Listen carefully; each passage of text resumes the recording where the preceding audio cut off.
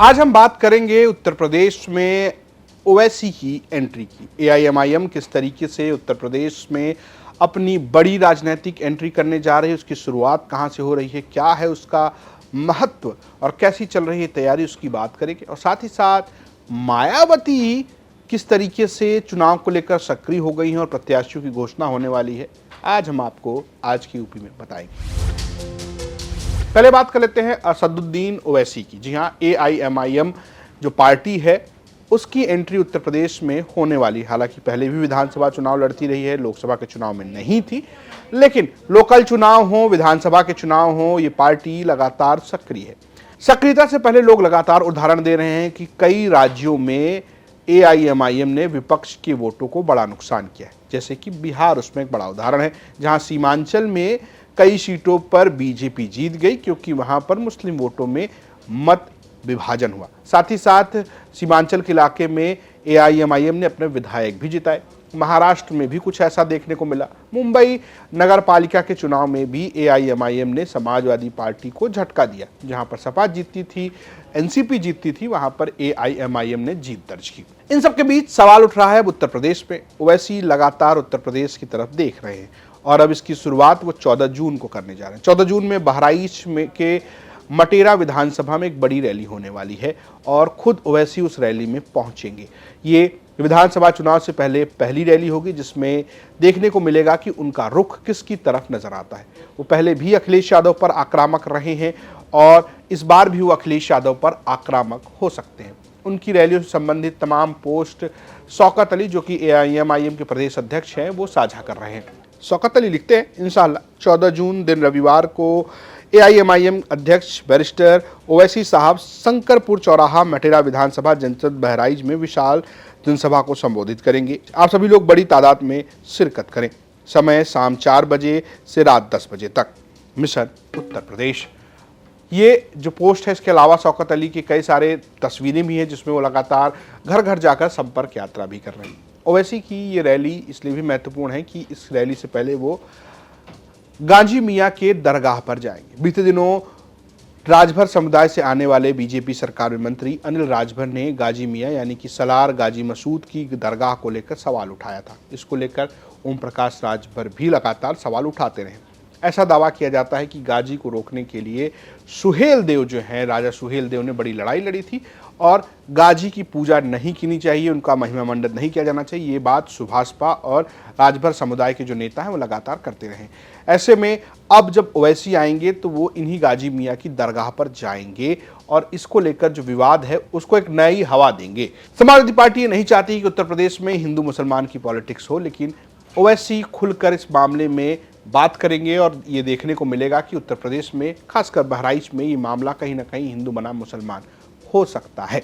ऐसा संभावना है। अब किन किन मुद्दों पर ओवैसी बात करेंगे और किन को निशाने पर लेते हैं, लेकिन गाजी मियां की दरगाह पर जाकर वो एक साफ संदेश मुसलमानों को देने की कोशिश करेंगे कि वो उनके मामले पे अपफ्रंट होकर बात कर रहे हैं। अभी तक उत्तर प्रदेश में मुस्लिम वोट जो है या तो वो सपा को मिलता रहा है, बसपा को मिलता रहा है, कांग्रेस को मिलता रहा है। ओवैसी जैसी पार्टियां सफल नहीं हो पाई हैं। एआईएमआईएम से पहले पीस पार्टी ने उत्तर प्रदेश में एक कोशिश की थी। एक चुनाव में वो थोड़ी बहुत सफल हुई, लेकिन उसके बाद उसकी सफलता खत्म होती चली गई। अब देखना यह है कि ओवैसी बिहार, महाराष्ट्र होते हुए उत्तर प्रदेश में आएंगे तो किसको कितना नुकसान करते हैं। गठबंधन की भी चर्चा है कि क्या वो बसपा से गठबंधन करेंगे, क्या वो किसी और पार्टी से गठबंधन करेंगे। ये तमाम चर्चाएं चलती रहती हैं, लेकिन अभी कोई पुख्ता जानकारी सामने नहीं आ रही है। अब बात कर लेते हैं मायावती की। जी हाँ, 2027 के चुनाव को लेकर मायावती की भी तैयारी है। अब मायावती प्रत्याशी घोषित करने जा रही हैं। लगभग 100 विधानसभाओं में प्रत्याशी घोषित किए जाने हैं। 22 जून से रैलियों की शुरुआत होगी। 22 जून से बसपा रैली करेगी, अलग अलग इलाकों में रैली करेगी और जहां रैली करेगी वहां पर प्रभारी नियुक्त करेगी। विधानसभा प्रभारी मायावती की पार्टी यानी बसपा में जिसको प्रभारी बनाया जाता है वही प्रत्याशी होता है। इससे पहले भी मायावती ने कुछ सीटों पर प्रत्याशी घोषित किए हैं। अब बारी है अकबरपुर, लम्हुआ, शाहजहांपुर, इन इलाकों में, फैजाबाद के इलाके में, जहां पर ये सब कुछ होने वाला है। पहली रैली 22 जून को फैजाबाद में होगी, उसके बाद अकबरपुर, लम्हुआ यानी कि सुल्तानपुर के इलाके में ये रैलियां होने वाली हैं। प्रदेश अध्यक्ष विश्वनाथ पाल ने इसकी जानकारी दी है। निश्चित है कि माननीय बहन जी के निर्देश पर हम सभी कार्यकर्ता पूरी मजबूती के साथ लगे हैं और जो ये चुनाव होने जा रहा है विधानसभा का 27 का, अभी तो चर्चा हो रही, हो सकता है 26 में लास्ट तक हो जाए, लेकिन जब भी होगा, ये 26 लास्ट में हो या 27 में हो, बहुजन समाज पार्टी की पूरी बहुत मजबूत तैयारी है माननीय बहन जी की गाइडलाइन में। उसी कड़ी में अभी हमारे कार्यक्रम भी कई जगह लगे हैं। अभी जैसे 22 तारीख को एक विशाल कार्यकर्ता सम्मेलन अयोध्या जनपद के बीकापुर में होने जा रहा, जहां कई वरिष्ठ नेता ज्वाइन भी करेंगे।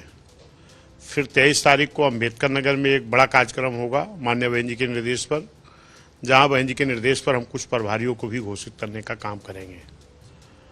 और इधर अभी 15 तारीख को झांसी में भी एक कार्यकर्ता सम्मेलन है, उसमें भी मैं जा रहा हूं।